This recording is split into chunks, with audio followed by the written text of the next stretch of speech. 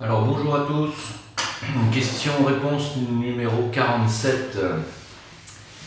On a beaucoup de questions, alors je vais être obligé de faire certainement pas mal de vidéos les unes derrière les autres parce qu'en plus je voulais en faire une particulièrement sur le triple plan, c'est la triple activité de la hiérarchie spirituelle de la planète et comment elle s'extériorise physiquement pour agir. Car en ce moment, vous savez, nous sommes dans une phase un peu délicate. Il faut bien comprendre une chose, c'est que souvent vous me posez la question, mais on est dans l'ère du Verseau, on est dans l'ère du Poisson, il paraît que l'ère du Poisson c'est terminé, mais que l'ère du Verseau c'est dans un siècle. Oui, l'ère du Verseau c'est dans un siècle. Elle va rentrer on va dire en activité, pleine activité, l'influence du Verseau, qu'au XXIe siècle, on va dire dans les 20 premières années du XXIe siècle, donc dans 100 ans. Hein. Mais vous savez que ce sont des périodes qui s'étendent sur environ 2000 ans, hein, les ères R. L'ère du Poisson est en train de rentrer en obscuration, comme on dit, c'est-à-dire de laisser sa place à une nouvelle énergie. Donc les énergies du Poisson, qui sont des énergies dévotionnelles, sacrificielles, des énergies spirituelles, mais aussi justement des énergies qui sont comme le schéma de Jésus, c'est-à-dire qu'il s'est sacrifié, hein, lui qui est vraiment le représentant du poisson, de l'énergie du poisson sur Terre, c'est-à-dire le sacrifice de soi, hein, prendre le malheur des autres sur soi, la souffrance des autres, c'est très poisson tout ça. Hein. On est dans le sacrifice, bien entendu, dans le don de soi.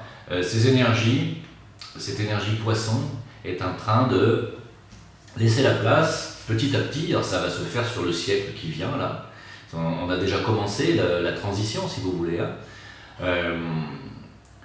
Va laisser donc la place à des énergies de fraternité, hein. L'ère du Verseau c'est une ère fraternelle, donc c'est une ère humaniste, humanitaire, à grande échelle, c'est-à-dire où l'humanité sera soudée, sera une. Tout ça sous le joug de l'avant-gardisme, la technologie, le futurisme, tout ce qui vise à comment on dit, à exempter l'humanité de toute contrainte matérielle. Donc le Verseau, lui, son but, c'est justement pour ne pas avoir à laver son linge à la main, un Verseau, il va inventer la machine à laver. Voilà. Vous voyez, le signe du Verseau est un signe de génie créatif, de génie créatif et surtout dans le domaine des sciences. Donc nous allons avoir une ère extrêmement moderne, extrêmement technologique et extrêmement fraternelle, où la communication entre humains sera facilitée. Donc on a déjà vu qu'avec les portables, les téléphones cellulaires, avec Internet, on voit tout ça, ce sont des prémices de l'ère du Verseau. Hein. Mais comme le Verseau est un signe d'air et non pas un signe d'eau comme le pensent beaucoup de gens, c'est un signe d'air le Verseau, donc c'est un signe de communication et aussi le mode de comment dire le mode de transport sera un mode aérien. Hein. Donc nous allons de plus en plus nous tourner vers justement les drones. Vous avez vu les drones maintenant, les Chinois viennent de fabriquer un drone qui transporte un être humain, donc vous pourrez piloter vous-même votre drone et vous balader dans les airs avec une énergie électrique non polluante, ça existe déjà. Hein. Je pense que dans 10 ou 20 ans, ça va se démocratiser tout ça. Hein. Donc, vous voyez, dans 100 ans, imaginez un petit peu les moyens de locomotion que nous aurons. C'est moi qui...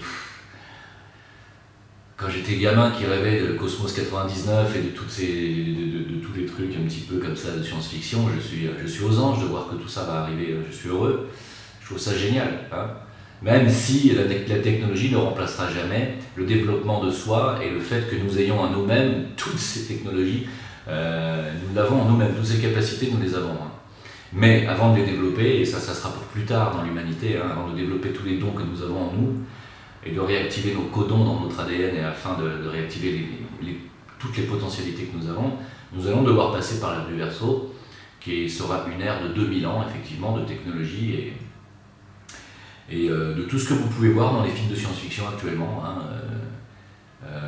crois que le dernier film de Georges Clooney qui s'appelle Demain, je ne sais plus quoi, je ne me rappelle jamais du titre, qui est super, où on voit en fait le futur de la planète. Hein. Vous allez voir, c'est très parlant, c'est vraiment comme ça que je vois aussi également la Terre, la planète de demain.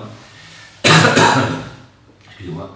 Et donc voilà, nous transitons petit à petit vers l'ère du Verseau. Ça va se faire sur 100 ans, il faut être patient. Alors évidemment, comme dans toute transition, vous savez qu'on ne construit pas du neuf sur du vieux, et automatiquement, il va falloir détruire l'ancien ordre, au moins une partie de l'ancien ordre, de l'ancienne ère, et cette destruction ne s'appliquera pas à tout le monde, elle s'appliquera surtout on va dire aux récalcitrants, c'est-à-dire à ceux qui s'accrochent aux idéologies moyenâgeuses et qui ne voudront pas avancer.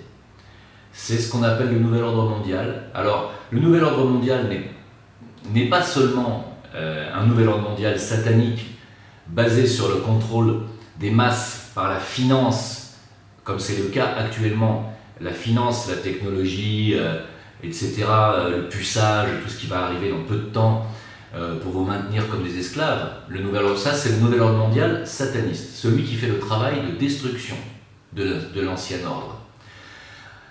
Il y a le véritable nouvel ordre mondial spirituel qui va arriver derrière. Vous allez me dire pourquoi il arrive derrière. Il arrive derrière parce que l'humanité est à 90% endormie. Je me répète encore, hein, parce que ça je l'ai déjà dit 100 fois dans les anciennes vidéos. Si l'humanité était éveillée, on n'aurait pas besoin de passer par le nouvel ordre mondial satanique et destructeur que nous allons vivre malheureusement. Hein. On va rentrer dans la Troisième Guerre mondiale. Hein. Je ne veux pas vous faire flipper. On y va. Hein. On y va parce que l'humanité ne se réveille pas. Et même en Occident. Hein. J'irais même jusqu'à dire qu'il y a une partie de l'humanité qui n'est pas dans l'Occident, qui est peut-être plus éveillée à ce qui se passe actuellement sur Terre qu'en Occident. Hein. Pourquoi ? Parce que les Occidentaux sont brainwashés, manipulés par les médias et les politiciens qui mentent complètement de A à Z. Hein. On vous ment complètement, du début à la fin en ce moment. Hein. On ne vous dit pas la vérité mais absolument sur rien. Voilà. On vous ment complètement, aussi bien sur ce qui s'est passé sur les attentats du 11 septembre et qui a été la cause et le commencement de l'imposition du nouvel ordre mondial satanique, si vous regardez bien. Hein. Ça a été le 11 septembre qui a été le début de cette nouvelle ère de destruction du Moyen-Orient. Hein. Ça a été la base. On vous ment sur ça, et on vous ment sur tous les conflits qu'il y a eu derrière. C'est-à-dire, on vous ment actuellement sur la Syrie, on vous ment sur Bachar el-Assad, on vous ment sur ce que fait la Russie. La Russie ne bombarde pas des hôpitaux avec des gens dedans, avec des malades à l'intérieur, actuellement. La Russie bombarde des hôpitaux qui sont occupés par des gens d'Al-Nosra et des gens de Daesh. Hein. Donc, il faut savoir que Alep est une ville qui est coupée en deux, mais ça je vais en reparler après. Donc tout ça pour dire quoi ? Pour dire que l'ère du Verseau effectivement va arriver, et qu'avant d'y arriver, nous allons traverser malheureusement des périodes difficiles. Pourquoi ? Parce que l'humanité pionce. Et quand je dis qu'elle pionce dans tous les domaines. Hein. Primo, parce que les gens ne sont pas assez curieux, ne font pas de recherche sur ce qui se passe. Quand ils tombent sur certaines de mes vidéos, ou des vidéos de gens qui, comme moi, essayent d'éveiller les gens, ils les traitent d'abrutis, de décérébrés, de cerveaux malades et de tous les noms d'oiseaux, parce qu'ils refusent. Pour eux, c'est impossible qu'il y ait un tel complot. C'est pas possible. Pourtant, c'est pas un complot. Tout ce qu'on dit dans nos vidéos tout est absolument vérifiable. Tout. Et donc, comme l'humanité roupille, eh bien voilà, nous allons traverser une phase de destruction de l'ancien ordre, donc des vieilles religions. Je suis désolé de le dire, mais c'est vrai. Sauf peut-être une, et encore je me demande. Tout le monde va trinquer dans cette histoire. Tout le monde. Hein. Alors, les juifs vont trinquer, les musulmans vont trinquer, les chrétiens vont trinquer, c'est déjà fait. Tout le monde va trinquer. Voilà. Je regrette de le dire, mais tout le monde va trinquer parce que le nouvel ordre mondial doit s'imposer, comme je vous l'ai dit, parce que le nouvel ordre mondial, c'est l'ère du Verseau. Vous voyez, je parle de l'ère du nouvel ordre mondial spirituel, attention, c'est-à-dire celui qui va nous lier tous ensemble, toute l'humanité ensemble, nous fraterniser, hein, et non pas nous esclavagiser. Cette ère qui arrive sera une ère fraternelle, et ça sera je vais dire, une obligation pour tout le monde, parce que tout le monde aura finalement le même niveau de vie, aura accès à la même technologie, et c'est ce monde-là que veulent aussi la hiérarchie spirituelle de la planète, c'est ce que veulent aussi les maîtres de sagesse, et c'est ce que veut le régent de notre planète, qui s'appelle le veilleur silencieux. D'accord ? Donc la planète doit évoluer également, n'oubliez pas. Pour ça,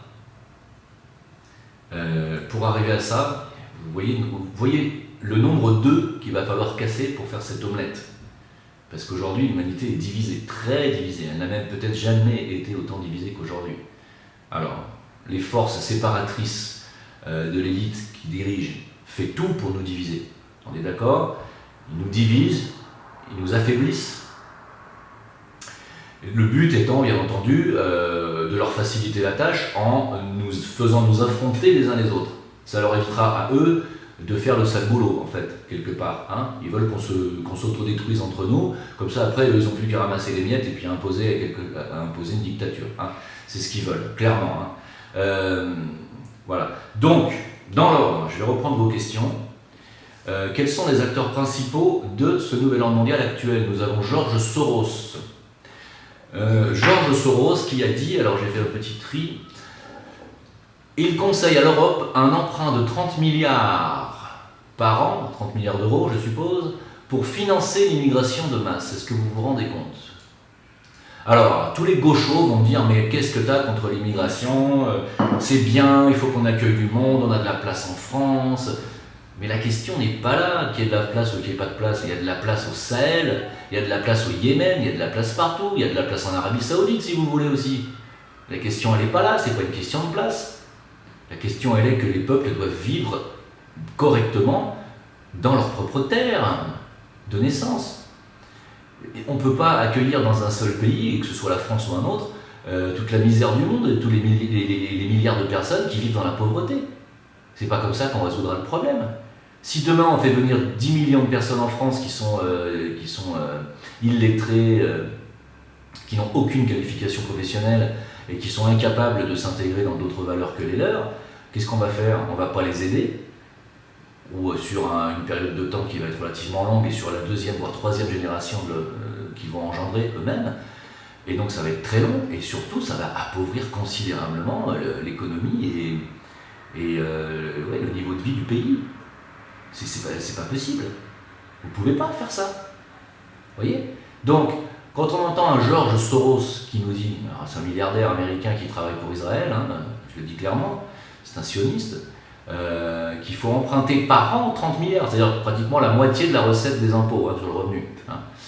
30 milliards par an, il faudra emprunter, c'est des malades, pour financer l'immigration de masse. Mais qu'est-ce que ça peut lui foutre à ce vieux croulant, qu'on accueille l'immigration ou pas ? Pourquoi ? Quel est son but ? Qu'est-ce qu'il recherche ce mec ?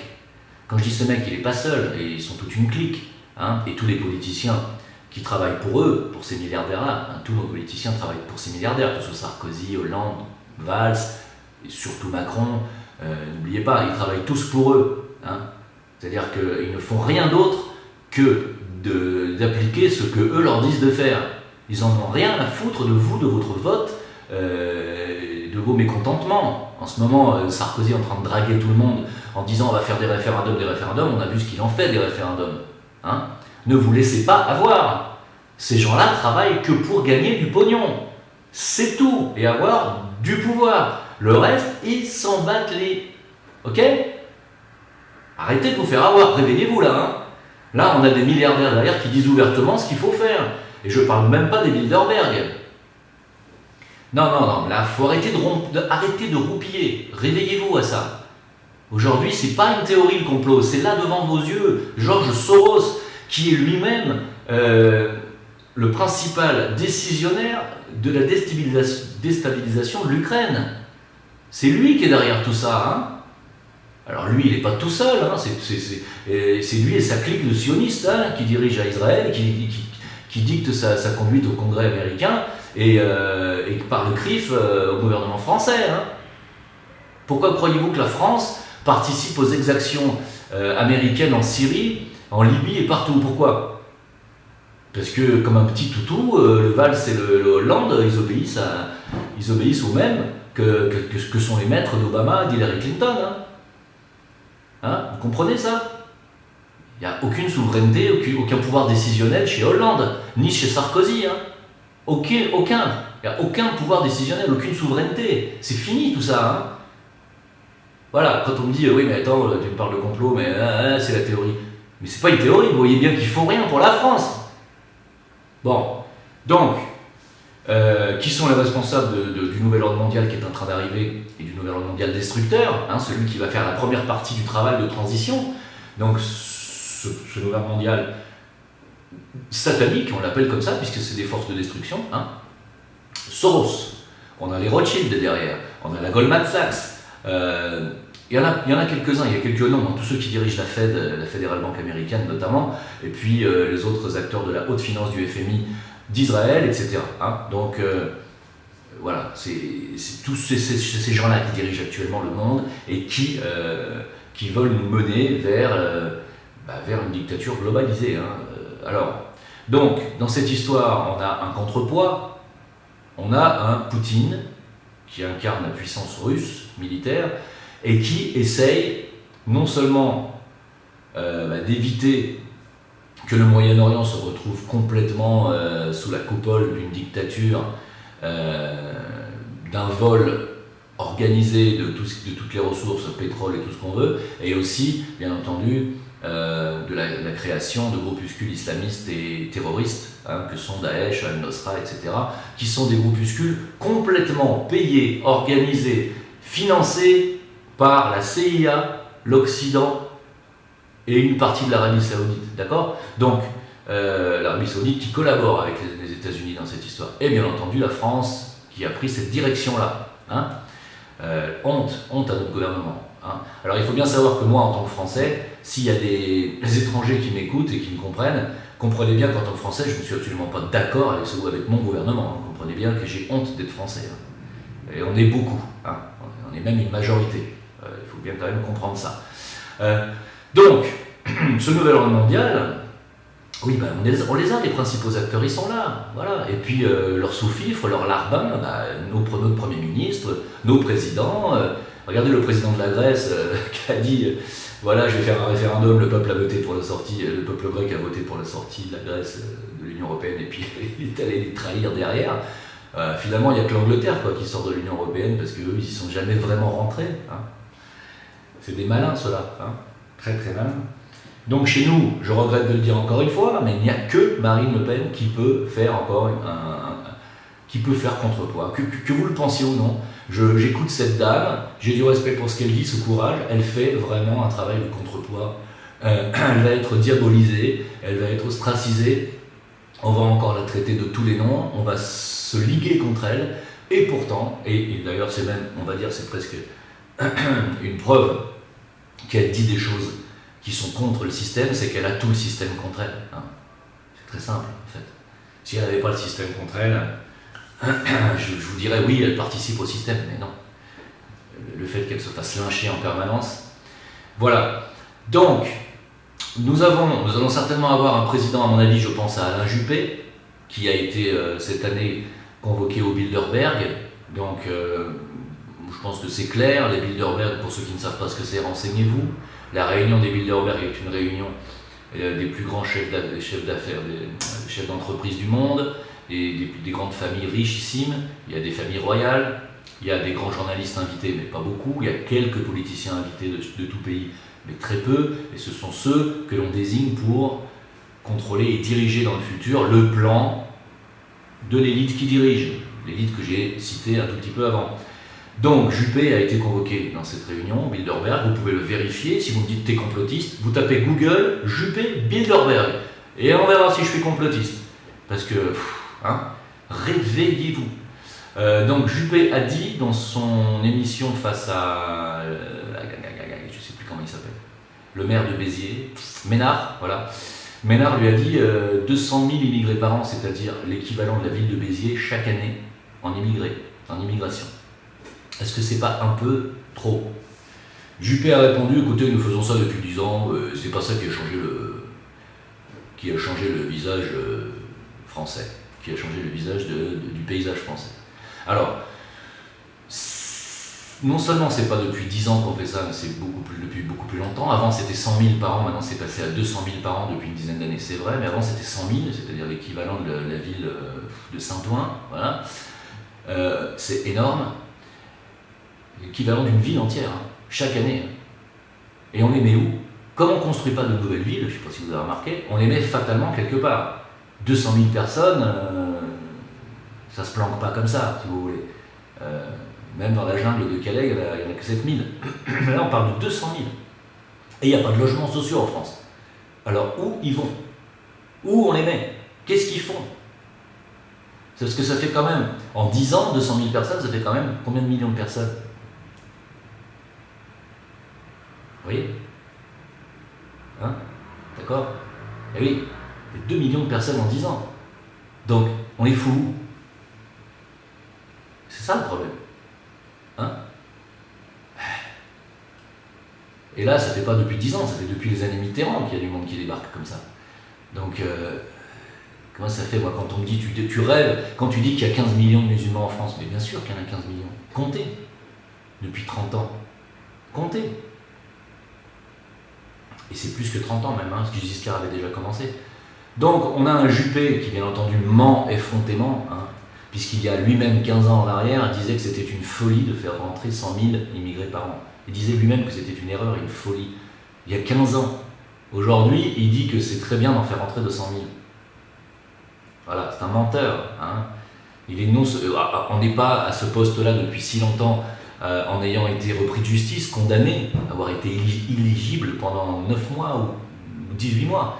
Je ne sais plus exactement. On ne revient pas en politique comme ça, sans être couvert par des personnes haut placées. Normalement, il ne devrait pas être éligible, ce mec.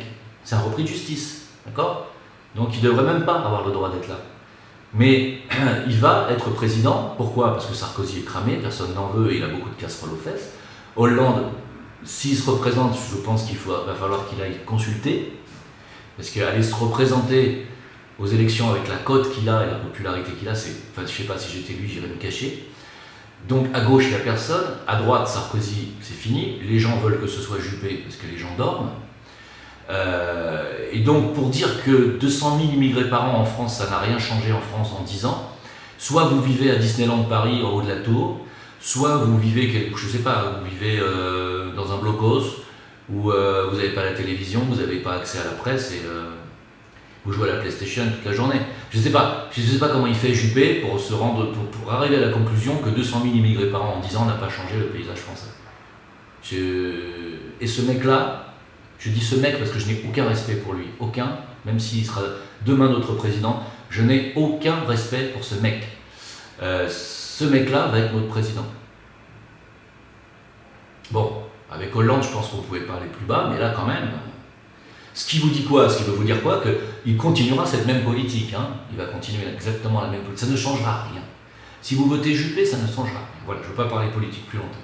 Donc, après on me dit, mais tu parles d'Israël comme étant donc finalement le commanditaire de ce nouvel ordre mondial satanique, mais pourquoi tu t'en prends aux Juifs? Mais non, mais je ne m'en prends pas aux Juifs. J'ai fait une vidéo sur le peuple juif que vous pouvez la regarder, qui est dans mes premières vidéos là, où je respecte clairement le peuple juif, son intelligence, son génie, son apport scientifique, son apport intellectuel à l'humanité, et je reconnais qu'il y a des juifs qui vivent parfaitement normalement et qui ont beaucoup de choses à donner. J'ai absolument rien contre les 90% de juifs qui vivent une vie tout à fait saine et qui ne suivent pas les idéaux sionistes et messianiques de ces cinglés qui dirigent aujourd'hui Israël, qui dirigent le Congrès américain et qui dirigent le CRIF. Je ne les confonds pas. Le CRIF représente 10% des juifs de France. Donc 90% des juifs de France ne suivent pas cette idéologie du CRIF. Moi, je n'ai rien contre 90% des juifs. Voilà. Donc, traiter d'antisémite un mec qui ne fustige pas 90% des juifs, c'est encore une fois de la manipulation. Voilà. On se sert du chantage à l'antisémitisme, que le dit très bien Dieudonné, hein, qui lui en est victime, hein, c'est le Soral aussi. On se sert du chantage à l'antisémitisme, à l'islamophobie, pour vous empêcher d'ouvrir votre gueule, tout simplement. Voilà, c'est tout, on ne peut pas les critiquer. Je parle des 10% qui dirigent, on ne peut pas parler d'eux, on n'a pas le droit. Donc, dès que vous ouvrez votre gueule, ils vous disent « t'es antisémite ». C'est tout. Après, alors, vous me dites qu'il y a d'autres gens qui m'écrivent « pourquoi tu n'aimes pas les musulmans, pourquoi tu t'en prends aux musulmans ?» Mais c'est pareil. Mais juste, au contraire, j'ai l'impression d'être un des seuls défenseurs de l'islam sur cette toile internet. Mais non, je ne m'en prends pas aux musulmans. Je dénonce le fait, d'abord primo, que certains musulmans se disent musulmans mais ne se comportent pas comme tels, déjà, première des choses. Deuxièmement, je dis que le système qui dirige actuellement, qui est un système sioniste, se sert de l'islam, primo pour le diaboliser, et deuxièmement pour dire aux gens, vous voyez, c'est ça l'islam. Il vous coupe les têtes, il vous tranche la chair, il vous viole, alors que le meurtre est interdit dans l'islam, le viol est interdit dans l'islam. Donc, non, je ne m'en prends pas aux musulmans, encore une fois. Je ne confonds pas Daesh ou Al-Nosra avec les musulmans. Non. Par contre, effectivement, je trouve un peu déplorable que la communauté musulmane n'ouvre pas plus sa gueule pour crier son mécontentement et sa désolidarisation de leur islam avec ceux qui commettent des exactions en criant Allahu Akbar. Ça, je ne comprends pas. Moi, si demain un mec ou un groupe de mecs vient ici au Maroc et crie Vive la France en égorgeant des Marocains, je vais moi-même prendre un fusil et je vais leur tirer dedans. Je vous le dis. Et je dirais Vive la France parce que je vais débarrasser la France de ces salopards qui osent dire qu'au nom de la France, ils égorgent des gens. Moi-même, je ferai le sale boulot, mais je le ferai, parce que c'est une honte. Et vous, en tant que musulmans, vous devriez prêter main forte aux gens qui essayent de lutter contre les groupuscules terroristes qui crient Allahu Akbar, parce qu'ils vous salissent. C'est tout ce que j'ai à dire. Et je ne critique pas et je ne m'en prends pas aux musulmans particulièrement, non. Je fais parfois quelques critiques sur l'islam, mais j'en fais aussi sur la chrétienté, je vous signale, j'en fais aussi sur les cathos, j'en fais sur tout le monde. Il n'y a pas de... Et pour moi, c'est pour avancer. Les critiques sont constructives, ce n'est pas des critiques pour descendre gratuitement les gens. Voilà, donc la guerre mondiale. Vous me demandez de parler de la guerre mondiale qui approche. Ouais. Je pense qu'Hillary Clinton sera élue, vous le savez. On voit bien les dossiers qui sortent sur Trump, tout ça c'était bien prévu. Et je ne le vois pas être président, ça m'étonnerait vraiment fort. Et je pense même que s'il faisait 55% des voix, il trouverait un truc pour qu'il ne soit pas président. Donc, ça sera Hillary Clinton, voilà, même sur une chaise roulante, ça sera Hillary Clinton, parce qu'elle n'est pas en bonne santé. Hein. Donc, je pense qu'Hillary Clinton, et elle l'a dit elle-même, fera tout pour aider à la construction du grand Israël. Voilà. Donc quand vous avez une personne aussi puissante qui vous dit une telle chose, quand vous savez que la construction du grand Israël, ça passe par l'annexation de la Syrie, de la Jordanie, du Liban, d'une partie de l'Égypte, du Nil, jusqu'à l'Euphrate en Irak, donc ça comprend aussi une partie de l'Arabie Saoudite, vous comprenez que tous ces pays ne sont pas déstabilisés pour rien en ce moment et depuis 10 ou 15 ans. C'est pas un hasard si tous ces pays qui sont tout autour d'Israël et qui sont dans la carte du Grand Israël sont déstabilisés. Il en reste deux qui ne l'ont pas été encore, c'est l'Arabie Saoudite et c'est la Jordanie. La Jordanie n'auront aucun mal, aucune difficulté à la foutre à feu et à sang. L'Arabie Saoudite, ça va être un peu plus compliqué parce qu'ils pactisent avec eux, ils fraternisent avec eux pour financer Daesh et financer tous ces groupuscules-là qui font le jeu d'Israël, je tiens à le rappeler quand même. Hein.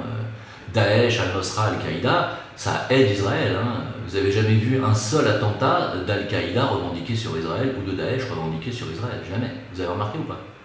Voilà. Donc, vous avez compris? Non? J'espère. Donc, pour l'instant, avec l'Arabie Saoudite, comme ils ne peuvent pas les attaquer frontalement parce que c'est un peu leur bras armé quelque part, qu'est-ce qu'ils vont faire? Ils vont fomenter un conflit entre l'Iran, qui est un ennemi d'Israël, de l'Iran qui va donc faire le sale boulot d'attaquer et de se battre contre l'Arabie Saoudite. Donc c'est l'Iran qui va déstabiliser l'Arabie Saoudite. pour que Israël derrière puisse récupérer son petit morceau de terre de désert dont ils ont besoin pour construire le grand Israël, qui est pour les messianiques une condition sine qua non pour le retour de leur Messie, le Messie des Juifs, hein, qui pourra leur donner toute puissance sur les goïms que vous êtes et que je suis, et dont je suis. Voilà. Bien, eh écoutez, je vous laisse réfléchir à tout ça. À bientôt pour une autre vidéo, très bientôt. Au revoir.